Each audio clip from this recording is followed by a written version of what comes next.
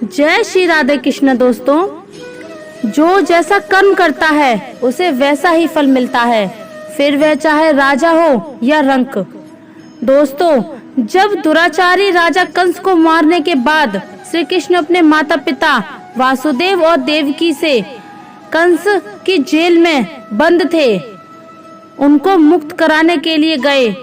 तब माता देवकी ने श्री कृष्ण से पूछा, हे कृष्ण, मेरे प्रिय पुत्र, तुम स्वयं नारायण हो, भगवान विष्णु के अवतार हो, फिर भी कंस को मारने और हमें मुक्त कराने के लिए आपने 14 वर्ष तक प्रतीक्षा क्यों करवाई?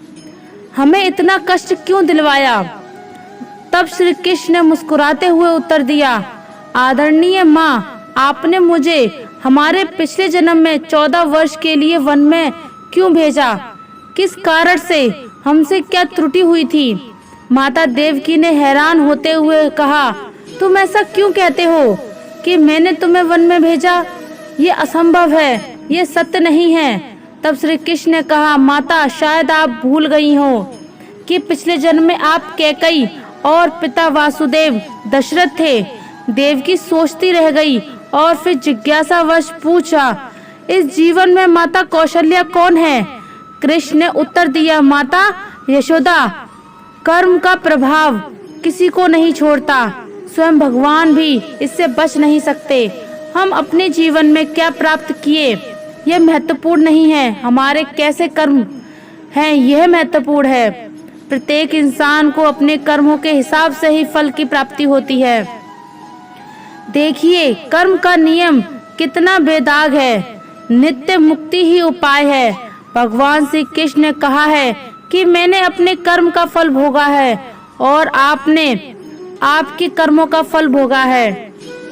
कई लोगों के मन में ये प्रश्न होगा कि उन्हें कर्मों का फल क्या? कर्मों का फल इसी जन्म में मिलता है या अगले जन्म में? हम जो कर्म करते हैं उसमें से कुछ कर्मों का फल तो हमें तत्काल भी मिल जाता है और कुछ कर्मों का फल हमें इसी जन्म में के बाद मिलता है। इसी प्रकार कुछ ऐसे कर्म होते हैं जिनका फल हमें अगले जन्म में मिलता है।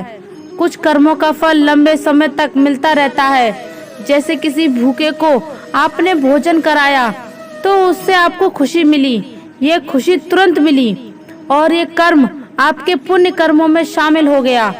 अब इस कर्म का फल पहला तो खुशी के रूप में मिला और दूसरा तब मिलेगा जब आपके पुण्य कर्म प्रकट होंगे। यह फल क्या होगा यह कोई नहीं जानता। इसी प्रकार यदि आपने चोरी की तो उसी वक्त कुछ मन में खटका, भय भी लगा होगा, अपराध बोध भी हुआ होगा। यह कर्म मन को दूषित करेगा। चोरी करने का तुरंत फल मन को दूषित करने के रूप में मिला। इसके बाद यदि पकड़ा गया तो तब वह अलग से फल मिलेगा। अब यह कर्म पाप कर्म में शामिल होकर बाद में भी प्रकट होगा। अधिकतर कर्मों का फल हमें इसी जन्म में मिल जाता है। यदि पुराने पाप कर्म ज्यादा हैं, तो वर्तमान बड़ा ही संघर्ष भरा होगा, दुखदायी होगा, और यदि पुण्य कर्म ज्यादा हैं, तो वर्तमान बहुत ही सुखद होगा। अपने कर्मों का फल भोगने से भगवान भी नहीं बच सके। कर्म फल भोगने से स्वयं भगवान श्री राम भी नहीं बच सके, तो अन्य संसारिक जीवों की क्या विषाद। राम ने बाली को छिपकर मारा था। इसका फल उन्हें कृष्ण अवतार में एक बेहलिया द्वारा चलाए गए बाण से मारे जाने के रूप में मिला। भगवान राम के पिता दशरथ को भी अपने किए गए कर्म का फल ही भुगतना पड़ा। दशरथ ने अनजाने में श्रवण कुमार का वध कर दिया था। जिस प्रकार पुत्र वियोग में उसके पिता की मृत्यु हो गई, इसका फल दशरथ को राम के वनवास के कारण उनके वियोग में देह त्याग कर भोगना पड़ा। इसलिए लोगों को सत्कर्म की ओर प्रवृत्त होना चाहिए ताकि उसका उसे सुखद फल मिल सके। हमें हमेशा अच्छे कर्म करना चाहिए क्योंकि अच्छे कर्म का फल हमेशा मीठा होता है।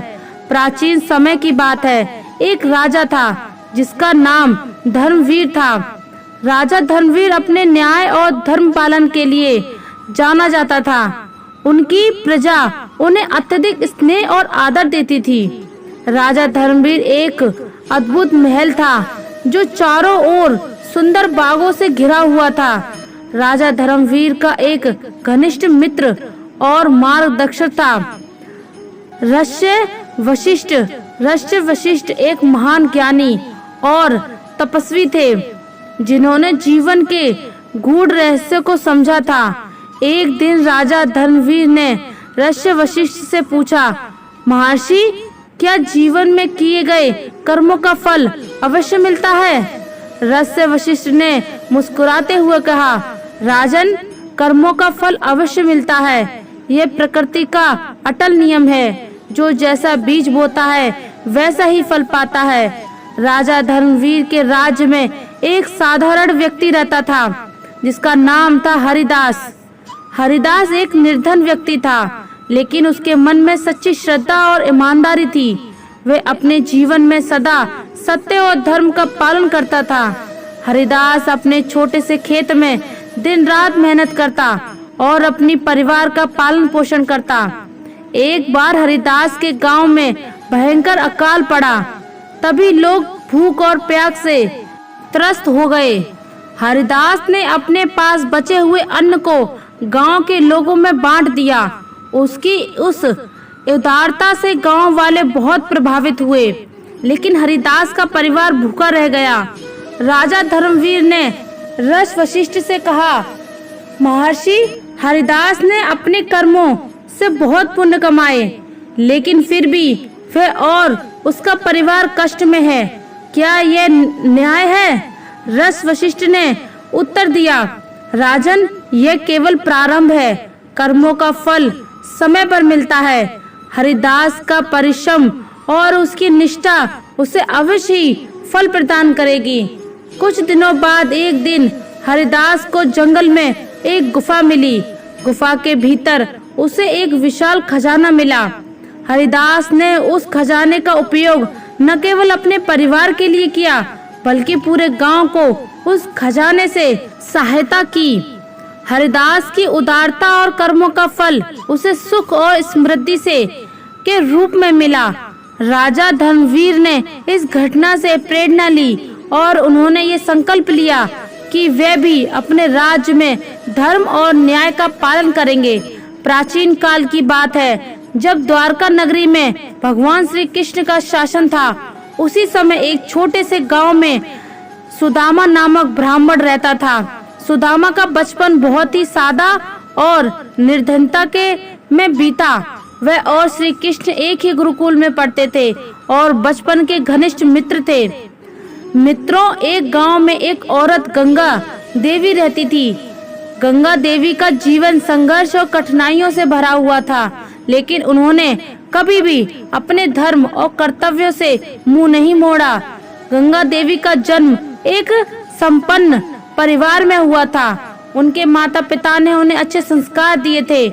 उनका विवाह एक प्रतिष्ठित परिवार में हुआ, लेकिन विवाह के कुछ ही समय बाद उनके पति का निधन हो गया। गंगा देवी ने अपने पति के निधन के बाद अपने बच्चों को पालने के लिए कठिन परिश्रम किया। गंगा देवी ने छोटे छोटे काम करके अपने बच्चों का पालन पोषण किया। उन्होंने सदा अपने बच्चों को सच्चाई, ईमानदारी और परिश्रम का पाठ पढ़ाया। गंगा देवी की मेहनत और संघर्ष के बावजूद उनके बच्चे जब बड़े हुए तो उन्होंने अपनी माँ की परवाह करना छोड़ दिया। गंगा देवी हर दिन भगवान की पूजा करती थी और प्रार्थना करती थी। उन्होंने अपने जीवन में हर पल को भगवान की सेवा में समर्पित कर दिया। उनका मानना था कि भगवान हर किसी के कर्मों का फल अवश्य देते हैं। गंगा देवी के बड़े होकर बच्चे स्वार्थी हो गए। वे अपनी माँ की मेहनत और त्याग को भूल गए थे। गंगा देवी की हालत दिन प्रतिदिन खराब होती जा रही थी, लेकिन उनके बच्चे उनकी सहायता करने के बजाय उन्हें अपेक्षित कर देते थे। गंगा देवी की स्थिति देखकर गांव वाले बहुत दुखी थे। उन्होंने गंगा देवी की सहायता करने का निर्णय लिया। गांव वाले गंगा देवी के लिए भोजन और दवाइयों का प्रबंध करते थे। गांव वालों की सहायता से गंगा देवी का जीवन थोड़ा और बेहतर हो गया। गंगा देवी ने अपने बच्चों की उपेक्षा के बावजूद कभी हार नहीं मानी। उन्होंने अपने जीवन में सदा सच्चाई और धर्म का पालन किया। उनकी भक्ति और ईमानदारी ने उन्हें मन की शांति दी।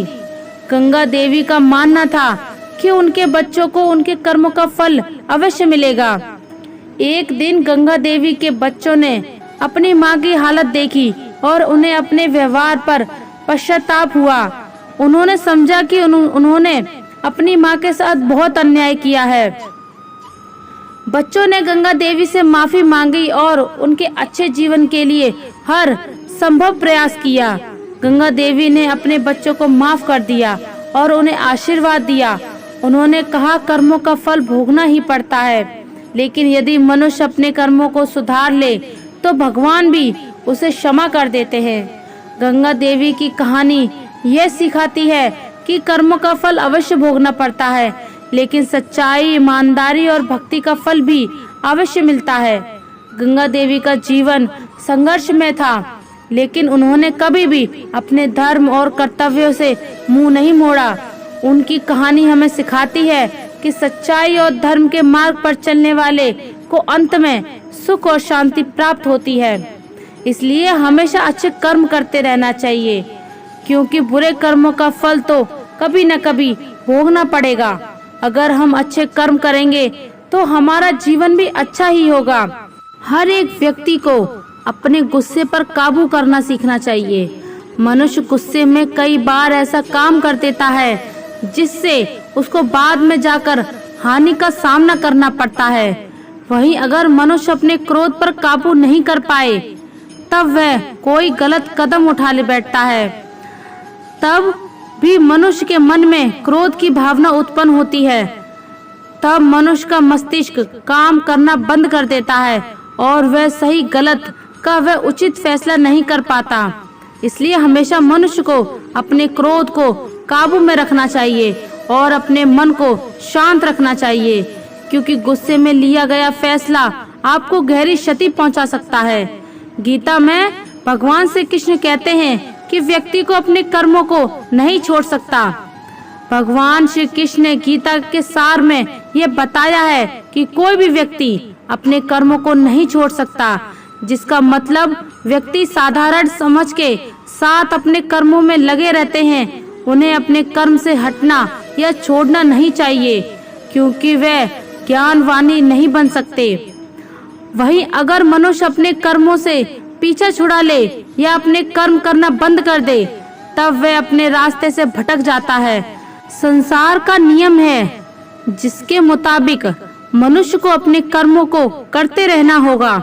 जो व्यक्ति अपने कर्मों से बचना चाहता है या वह अपने कर्म को करना बंद कर देता है, ऐसी स्थिति में वह मनुष्य मन ही मन में डूबता जाता है। अर्थात जिस व्यक्ति का जो स्वभाव होता है वह उसी के मुताबिक अपने कर्मों को करता है। गीता के सार में मनुष्य के देखने के नजरिए के बारे में भी कुछ बातें बताई गई हैं। इसमें लिखा गया है, जो व्यक्ति ज्ञान को और कर्मों को एक रूप में देखता है उस व्यक्ति का नजरिया सही है। अज्ञानी पुरुष के पास ज्ञान नहीं होता, इसी वजह से वह हर किसी भी चीज को गलत नजर से ही देखते हैं। गीता के सार में ऐसे मनुष्य के बारे में भी बताया गया है जो मनुष्य अपने को काम में मन को काबू में नहीं रख पाते। ऐसे लोग का मन इधर से उधर भटकता रहता है। ऐसे मनुष्य का मन उसके लिए शत्रु के समान काम करता है, क्योंकि मन व्यक्ति के मस्तिष्क पर बहुत गहरा प्रभाव डालता है। जब मनुष्य का मन स्थिर रहता है तो वह व्यक्ति भी सही तरीके से अपना काम करता रहता है। गीता के सार में यह भी बताया गया है कि मनुष्य को सबसे पहले अपनी खुद का आकलन मतलब खुद के बारे में जान लेना चाहिए। खुद की काबिलियत और क्षमता को जानना ही मनुष्य को आत्मज्ञान की प्राप्ति करा सकता है। जब तक मनुष्य खुद के बारे में जान नहीं लेगा तब तक उस मनुष्य का उद्धार नहीं हो सकता। श्री भगवत गीता में श्री कृष्ण ने यह भी बताया है कि हर एक मनुष्य को अपने आप पर पूरा पूरा भरोसा करना चाहिए, क्योंकि जो लोग खुद पर विश्वास करते हैं वह अवश्य सफलता प्राप्त करते हैं। ऐसा भी बताया जाता है कि जो व्यक्ति जैसा विश्वास करता है आखिरकार वैसा ही बन जाता है। जो मनुष्य अपना कर्म नहीं करते और पहले से ही अपने कर्म का परिणाम के बारे में सोचने लगते हैं, ऐसे लोगों के लिए गीता का ये सार बड़ी सीख देने वाला साबित हो सकता है। भगवान श्री कृष्ण ने इस उपदेश में यह बताया है कि मनुष्य को कर्मों को करते रहना चाहिए और ये नहीं सोचना चाहिए कि इस कर्म का क्या परिणाम उनको प्राप्त होगा, क्योंकि कर्म का फल तो हर एक इंसान को मिलता ही है। इसलिए मनुष्य को चिंता न करके अपने कर्मों पर ध्यान देना चाहिए। ऐसा करने पर वे अपने किसी भी काम को सच्चे मन से करते हुए नजर आएंगे। मनुष्य के जीवन में सुख दुख दोनों ही स्थित हैं। सुख की स्थिति में मनुष्य ज्यादा ही प्रसन्न हो जाता है, तो वहीं दुख की स्थिति में मनुष्य निराशा महसूस करता है। इसलिए सुख और दुख दोनों ही स्थिति में मनुष्य को अपने मन पर काबू रखकर उसे स्थिर रखना ही योग कहलाता है। जब कोई भी मनुष्य सांसारिक इच्छाओं को त्याग करके फल की चिंता ना करे, अपने कर्मों को करता है, तो उसी स्थिति में मनुष्य योग में स्थिति कहलाता है। जो मनुष्य अपने मन में काबू में कर लेता है वह मनुष्य का मन ही उसका सच्चा मित्र बन जाता है। लेकिन जो मनुष्य अपने मन को काबू में नहीं कर पाता, उसके लिए उसका मन ही उसका सबसे बड़ा दुश्मन साबित होता है। वहीं जो मनुष्य अपने मन पर विजय प्राप्त कर ले तो उसको परमात्मा की प्राप्ति हो जाती है। इसका मतलब जिस भी मनुष्य को ज्ञान की प्राप्ति हो जाती है, उसके लिए सुख और दुख, सर्दी और गर्मी और मान अपमान सब एक समान हो जाता है। खुद पर पूरा भरोसा रखें और अपने लक्ष्य को पाने के लिए लगातार प्रयास करें। गीता में बताए गए इस उपदेश को अगर कोई भी व्यक्ति सच्चे मन से जीवन में पालन करे तो अवश्य वह व्यक्ति एक सफल इंसान बन सकता है। जो लोग पूरे विश्वास के साथ अपने लक्ष्य को पाने के लिए कोशिश करते रहते हैं, वे निश्चित अपने लक्ष्य को पा ही लेते हैं। भगवान श्री कृष्ण कहते हैं कि जब जो भी कार्य करते हैं उसमें से अधिकांश केवल हमारे अपने लाभ के लिए ही किए जाते हैं। हम शायद ही कभी इस बात की चिंता करते हैं कि हमारे कार्य दूसरों को कैसे प्रभावित कर सकते हैं। यह मानसिकता हमें स्वार्थी तरीके से कार्य करने के लिए मजबूर करती है और हमें अपने आसपास के लोगों से अलग करती है। दूसरी ओर निस्वार्थ हमें ये महसूस करने में मदद करती है कि दुनिया एक परिवार है। हमारे कार्य ऐसे होने चाहिए कि वे दुनिया को एक बेहतर जगह बनाने में मदद करे और हमें हमारे आसपास के लोगों के साथ बंधन में मदद करे। भगवत गीता हमें हमारी समृद्धि, संस्कृति और परंपरा से परिचित कराती है। श्रीमद् भगवत गीता के श्लोकों का जिक्र करने से हमें रोजमर्रा की जिंदगी की विभिन्न समस्याओं का समाधान मिलता है। भगवत गीता को पढ़ना हमें जीवन के बारे में सच्चाई से परिचित कराता है और अंधविश्वास और झूठी मान्यताओं से मुक्ति पाने में हमारी मदद करता है। गीता से प्राप्त ज्ञान हमारे सदैव हो सकते हैं और हमारे आत्मविश्वास का निर्माण कराता है। गीता की शिक्षाएं हमें बताती हैं कि हम कार्य करने से पहले अच्छी तरह सोच लें। भगवत गीता के श्लोक में मनुष्य के रूप में हमारे कर्तव्य के बारे में बताते हैं। श्रीमद् भगवत गीता को पढ़ने या सुनने से हमें आत्म नियंत्रण के महत्व और इसका अभ्यास करने के तरीके को समझने में मदद मिलती है। भगवत गीता की शिक्षाएं हमें बताती हैं कि बिना इच्छा के निष्काम कर्म या क्रिया का अभ्यास कैसे करें। श्रीमद् भगवत गीता को समझकर हम भौतिकवाद और दोषों से दूर रहना सीखते हैं। भगवत गीता को पढ़ने से हमें जीवन का एक अलग नजरिया मिलता है। तो दोस्तों, उम्मीद है आज का वीडियो आपको जरूर पसंद आया होगा। अगर वीडियो अच्छा लगा हो तो कमेंट में मन से जय श्री राधे कृष्ण जरूर लिख दीजिए और ऐसे ही वीडियो और पाने के लिए हमारे चैनल को सब्सक्राइब करें और वीडियो को लाइक करें, ज़्यादा से ज़्यादा शेयर करें। धन्यवाद। जय श्री राधे कृष्णा।